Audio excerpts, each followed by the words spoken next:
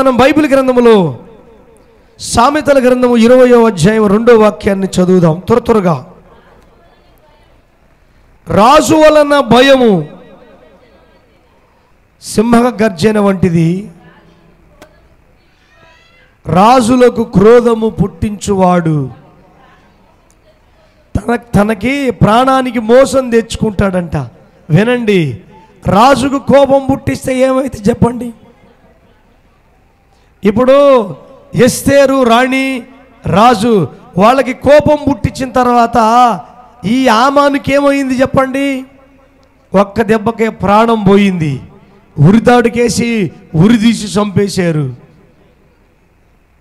గమనించండి ప్రియులారా, ఈ సమయంలో మరి దేవునికి కోపం పుట్టించకూడదు. నువ్వు రాజులకే రాజైన దేవుడు, ప్రభులకే ప్రభు అయిన దేవుడు. అమ్మా, వాక్యం మీద మనసు పెట్టమ్మా. దేవుడు ఎంత గొప్పోడు చెప్పండి. రాజులకు రాజు, ప్రభువులకు ప్రభు. ఆయన నిన్ను గద్దించి చేరదీసి నీకు సమస్త ఈవులను దయచేస్తూ ఉన్నాడు ఆయన. హల్లెలూయా, హల్లెలూయా. దేవునికి కోపం పుట్టించకూడదు, రాజుకి కోపం పుట్టించకూడదు, దైవ సేవకునికి కూడా కోపం పుట్టించకూడదు. హల్లెలూయా. వినండి, దైవ సేవకుడికి కోపం పుట్టిస్తే, దైవ సేవకుడు నీ మీద బాధపడ్డాడంటే అది ఏమవుతుంది? ఆశీర్వాదకరం కాదు, అది దీవెన కాదు. అందుకే చాలామంది భక్తులు ఏమంటారంటే, దైవ సేవకుడు మా ఎడల ఏమన్నా పొరపాట్లు ఉంటే క్షమించు, ఏమీ బాధపడద్దండి, కోపపడద్దండి.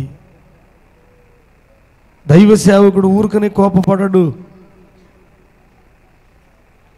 గమనించండి, దైవ సేవకునికి కూడా కోపం పుట్టించేవారు కొంతమంది. ఎన్నిసార్లు వారికి చెప్పిన ఆ మాట వినరు. కొంతమంది ఎలా ఉంటారంటే దైవ సేవకునికే ఏదో శాపగీత నేర్పించినట్టు ఏదో నేర్పించాలనుకుంటారు వాళ్ళు. అదే కదా వాక్యం చెప్తుంది. నీ కంట్లో ఇంతలా దూలం పెట్టుకొని ఎదటివాని కంట్లో నలుసును తీయాలని వస్తున్నావా? గమనించండి, ఈ సమయంలో మరి దేవుని కోపం, రాజు కోపం భయంకరమైనది. అయితే ఇప్పుడు మనము ఇస్కరియోతు యూదాకి ఏం జరిగిందో చూశాం కదా. ఏం జరిగింది చెప్పండి? ఫస్ట్ ఏమో ఎండి వస్తుందరా బాబు అని చూపించింది సైతాను. తర్వాత నువ్వు ఎప్పుడు చేస్తావరా అని ఎంటపడింది. ఈ సాతానుడు ఎంటపడితే ఈ వేదనకు తట్టుకోలేక ఉరేసుకొని చనిపోయాడు. అద్భుతమైన దేశాలను గడగడలాడిచ్చే ఇస్కరియోతు యూదా దేవుని సేవ చేసి ఆత్మలను సంపాదించగలిగిన సామర్థ్యము కలిగిన వానికి సాతానుడు తోడయ్యాడు. కారణం ఏంటంటే నువ్వు ఈరోజు సాతానుకు చోటు ఇవ్వకూడదు. చెప్పండి ఎవరికి? ఇప్పుడు మనం యెషయా గ్రంథము 14:12 త్వరగా యెషయా గ్రంథము 14వ అధ్యాయం 12వ వాక్యం చదువుదాం. తేజో నక్షత్రమా, వేకువ చుక్క, నీవు ఎట్లు ఆకాశము నుండి పడితివి, జనములను పడగొట్టే నువ్వు నేలమట్టు వరకు ఎట్లా నరకబడితివి. చూడండి, మీ తలలు పైకెత్తుంచండి. అమ్మా, వాక్యం మీద మనసు పెట్టు తల్లి. ఈ సాతానుడంట జనాలనే పడగొట్టేవాడంట. వీడు పడిపోయాడు. వినండి, వీడు పడిన తర్వాత వీనికి చోటు ఎక్కడ చెప్పండి? ఎవరిలోకో ఒకరిలోకి దూరుతాడే తప్ప వీడికి చోటు ఇక బయట నీకు లేదు. వీడికి కాబట్టి ప్రియులారా, వీడు జనాలను పడగొట్టి వీడు పడకోకుండా ఉండాలనుకున్నాడు, వీడు పడిపోయాడు. ఇప్పుడు చూడండి, మీ తలలు పైకెత్తుంచండి.